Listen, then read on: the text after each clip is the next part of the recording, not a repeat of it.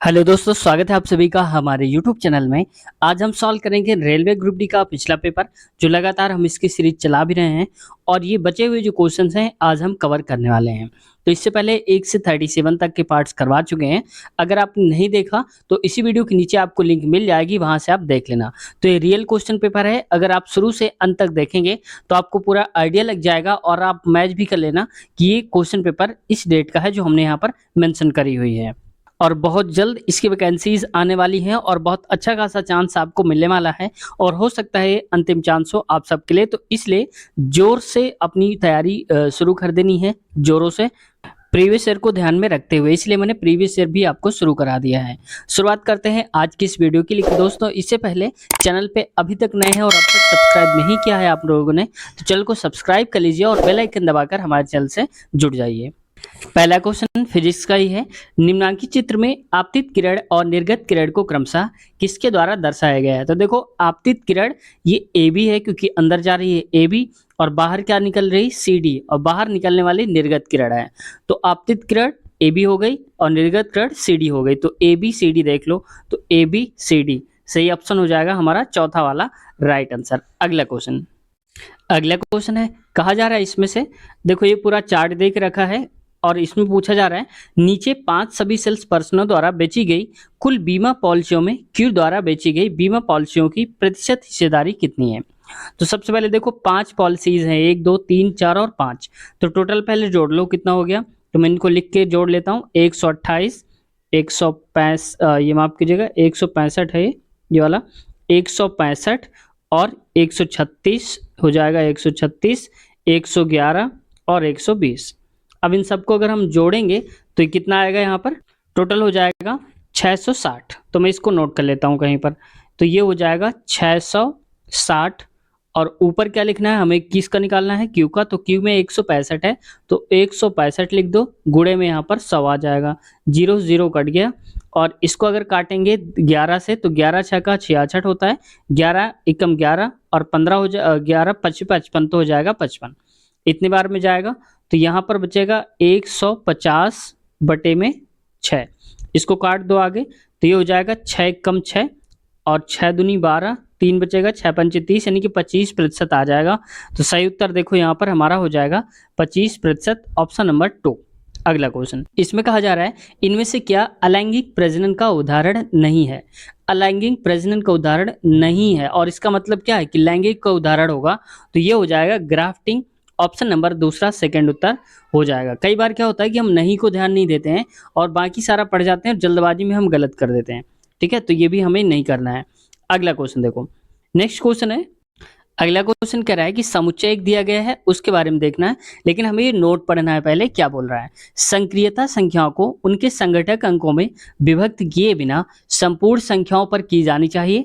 उदाहरण के लिए 13 पर की जाने वाली संक्रियाएं जैसे जोड़ना, घटाना, गुणा करना इत्यादि 13 पर ही की जानी चाहिए। 13 को 1 और 3 में विभक्त करने और 1 और 3 पर गणितीय संक्रियाएं करने की अनुमति नहीं है।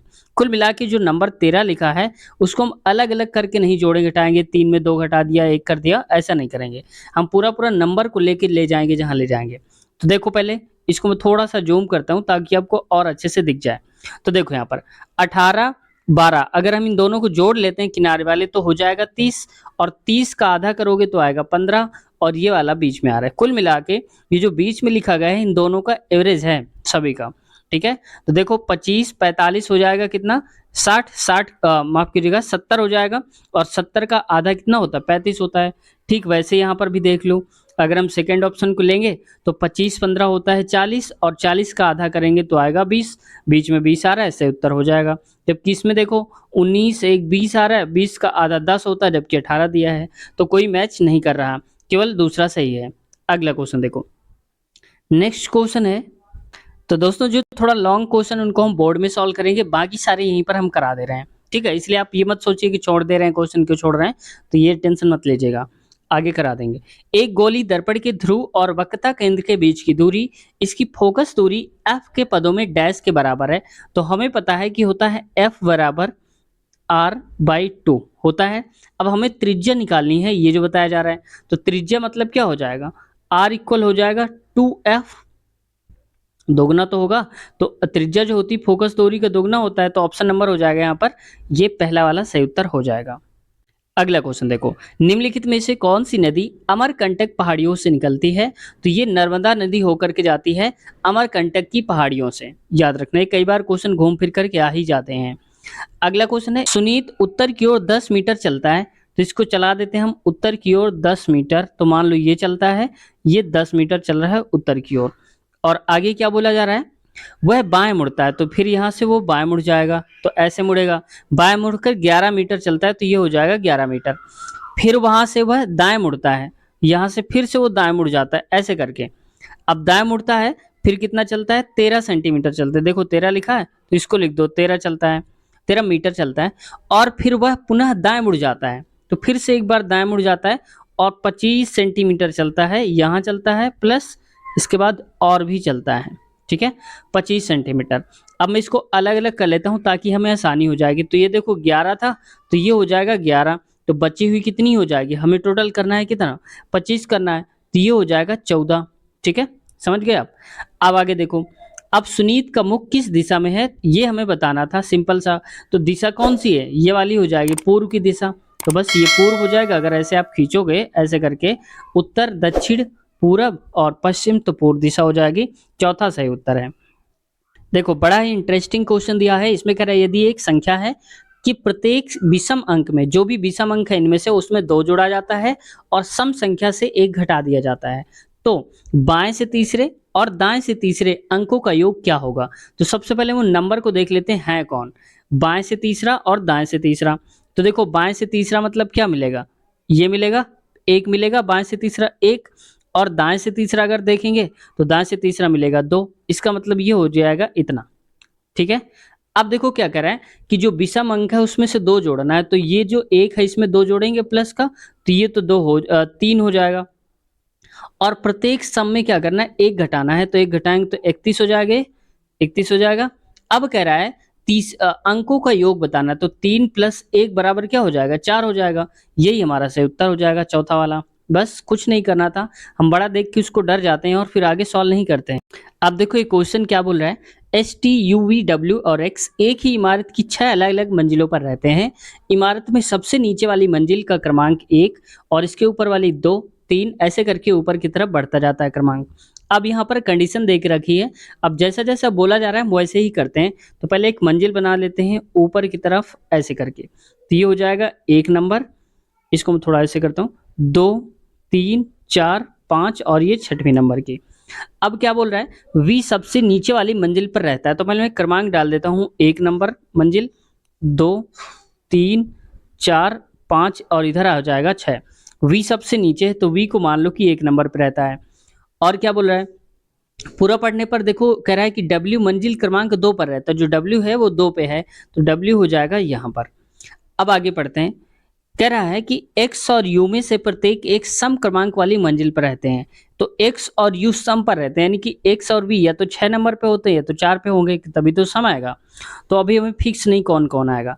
अब कह रहा है कि t u और w के ठीक मध्य पे है, तो w तो ये है, और जो t को रखना है u के बीच में और w के बीच में रखना है। तो अगर हम u को यहाँ पर कर दे रहे हैं तो t इन दोनों के बीच में हो जाएगा। बात समझ में आ गई। अब यहाँ पर क्या बोला गया था कि x और w सम वाली पे रहते हैं, तो x किस में रहेगा, x सम नंबर 5 तो है नहीं, तो बचा हमारे पास x यहाँ हो जाएगा। अब बचा 1 नंबर, अब एक में से देख लो कौन बच रहा है, तो ये बच रहा है यहाँ पर s। ठीक है, तो क्या बोला गया है, क्रमांक 5 पर कौन रहता है, तो 5 नंबर पे कौन रहता है, s रहता है, तो सही उत्तर हमारा हो जाएगा s, दूसरा नंबर का सही उत्तर हो जाएगा ये वाला। समझ गए होंगे आप। अगला क्वेश्चन देखो, अब देखो क्वेश्चन है कैलेंडर का, यदि 15 मार्च 2022 को मंगलवार था तो 15 मार्च 2020 को सप्ताह का कौन सा दिन था, ये बताना है। तो देखो जब कभी ऐसा क्वेश्चन आता है तो हमें ये देखना होता है कि बात कब से कब तक की हो रही है। तो अच्छी बात है कि इसमें 15 मार्च और 15 मार्च सेम दिया है, सेम दिया है दोनों में। और देख लो 2020 और 2022 का अंतर कितना है, 2 साल का अंतर है, 2 साल का। और हमें पता है कि अगर कोई सामान्य वर्ष होता है यानी कि 365 दिन वाला, तो उसमें हम 1 केवल बचाते हैं, शेष 1 बचता है। और अगर कोई लीप ईयर आता है 366 दिन वाला, तो उसमें हम 2 शेष रहता है, 2 कहते हैं कि 2 बचा हुआ है। लेकिन यहाँ पर अगर ध्यान से देखोगे तो 2020 से 2022 के बीच में। तो 2020 तो होता है लीप ईयर, लेकिन 2020 का फरवरी की वजह से होता है, फरवरी 29 दिन की हो जाती है, लेकिन ये फरवरी के बाद से काउंट हो रहा है मार्च तक। तो देखो 15 मार्च से 2020 और 2020 से 2021 एक दिन हो गया, 2021 से 2022 एक दिन ये हो गया, तो 2 दिन ज़्यादा हो रहे हैं। तो अब हम पीछे की तरफ जा रहे हैं, इस वजह से मंगलवार जो आता है, मंगलवार में से 2 दिन पीछे कर दो, माइनस का 2 कर दो, तो 2 करने पर हमें क्या मिल जाएगा, रविवार मिल जाएगा। तो ऑप्शन नंबर हमारा हो जाएगा रविवार। कैसे, देखो मंगल के एक दिन पहले क्या आएगा, सोमवार, और फिर एक दिन पहले क्या आएगा, रविवार। तो सही उत्तर हमारा तीसरा वाला हो जाएगा। वहीं अगर ये पूछता कि 2022 में ये है, 20 में ये है, तो 22 में क्या होगा, तो हम इसमें इतने जोड़ते हैं, घटाते नहीं। पीछे की तरफ अगर चलते हैं तो घटाते हैं, आगे की तरफ अगर चलते हैं तो उसमें से हम जोड़ते हैं। अगला क्वेश्चन है, भारतीय संविधान के किस भाग में केवल एक अनुच्छेद 51 है जो नागरिकों के लिए 11 मौलिक कर्तव्यों की संहिता से संबंधित है। तो भाग 4 का ए हम मानते हैं, जिसमें दिया हुआ है अनुच्छेद 15(1)(a। अगला क्वेश्चन देखो, नेक्स्ट क्वेश्चन है, यहाँ पर ये रीजनिंग का क्वेश्चन दे के रखा है, थोड़ा घुमाया है। निम्न अनुक्रमण का ध्यानपूर्वक अध्ययन कीजिए और उसके आधार पर पूछे गए प्रश्न का उत्तर दीजिए। ये देखो यहाँ पर लिखा है, इसको बाएं बोलते हैं, इसको दाएं, तो आप जानते ही होंगे। तो हमारे दाएं, हाँ, दाहिने हाथ की तरफ जो साइड होती है उसको दाएं, और बाएं की तरफ बाएं। अब करें, उपरोक्त अनुक्रम में ऐसी कितनी संख्या हैं जिनमें से प्रत्येक के ठीक बाद एक प्रतीक आता हो। प्रतीक का मतलब ये @ या कोई चिन्ह आता हो ऐसे, और ठीक पहले भी कोई एक प्रतीक आता हो। एक एक मतलब उसके पहले भी कोई साइन दिया हो, इसके बाद में भी कोई साइन दिया हो, बीच में कोई नंबर दिया हो। ऐसे कितने जोड़े बन रहे हैं, तो यहाँ पर देखो 3 बन रहे हैं, एक बन रहा है 4, और देखो बीच में साइन आ रहा है। यहाँ पर एक 4 बन रहा है, बीच में साइन आ रहा है, ये हो जाएगा। तो सही उत्तर इसका ये वाला भी हो जाएगा। तो 3 हो गए, तो ऑप्शन नंबर चौथा सही उत्तर हो जाएगा। नेक्स्ट क्वेश्चन, नवरोज त्योहार किस धार्मिक समुदाय से संबंधित है। तो ये पारसी धर्म का एक त्योहार है, नवरोज त्योहार। अगला क्वेश्चन देखो, अच्छा देखो यहाँ पर एक त्रिपिटक आता है, त्रिपिटक ये ग्रंथ है, एक किस धर्म से संबंधित है। अगर आपको पता है तो एक बताने की कोशिश करें, त्रिपिटक ग्रंथ का संबंध किस धर्म से है। अगला क्वेश्चन देखो, रीजनिंग का क्वेश्चन है और ये सीटिंग अरेंजमेंट का है। इसमें कह रहा है, दिविज, पलक, नवनीत, सेजल और तपन एक वृत्ताकार मेज की पर्दा केंद्र की ओर मुख करके बैठे हैं। तो जैसे जैसे बोला जा रहा है हम वैसा बनाते भी जा रहे हैं। तो एक मान लो कि हमने यहाँ पर बना दिया एक वृत्त, ठीक है।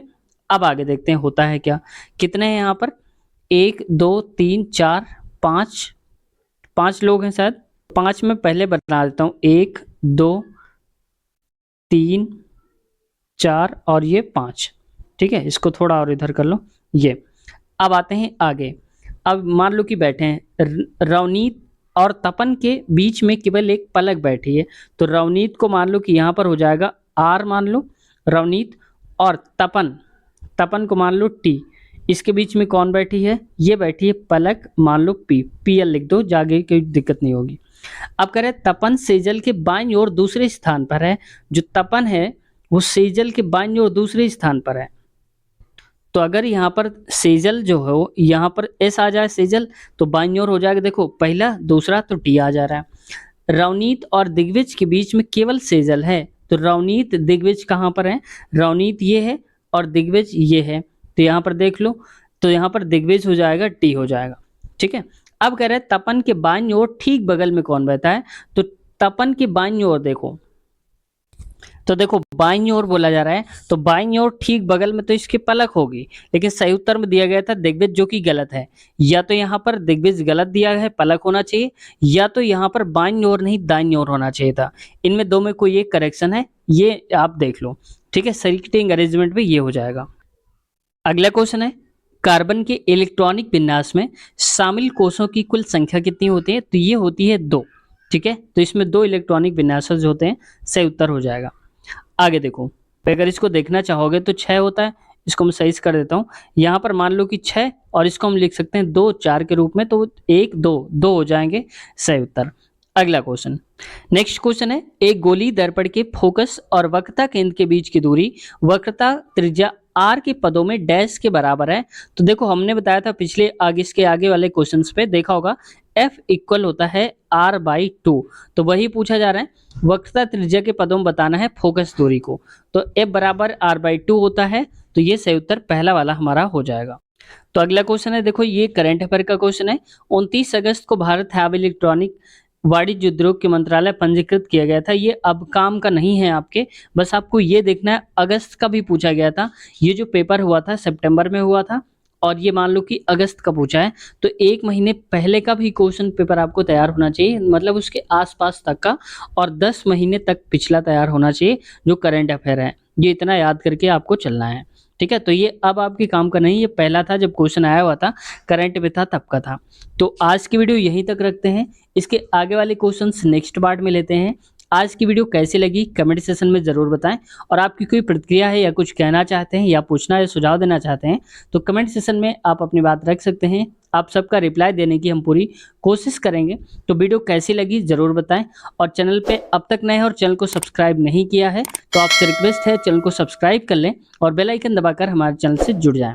इसके साथ साथ फ्रेंड्स, अगर आप इसके और भी पहले के पार्ट्स देखना चाहते हैं तो हमारे चैनल के प्लेलिस्ट में जाइए। हमने अलग से प्लेलिस्ट बना दिया है रेलवे ग्रुप डी पिछला पेपर, तो वहाँ पर आप पिछले पेपर के नाम से क्लिक करेंगे तो सारे पार्ट्स खुल करके आपके सामने आ जाएंगे। साथ ही साथ अगर आप मैथ की तैयारी करना चाहते हैं तो अलग से प्लेलिस्ट हमने बना दिया है गणित वीडियोस की, तो आप उस पर क्लिक करेंगे तो सारे चैप्टर्स खुल के आपके सामने आ जाएंगे, और आप जो भी चैप्टर पढ़ना चाहते हैं आप उसको आसानी से देख सकते हैं।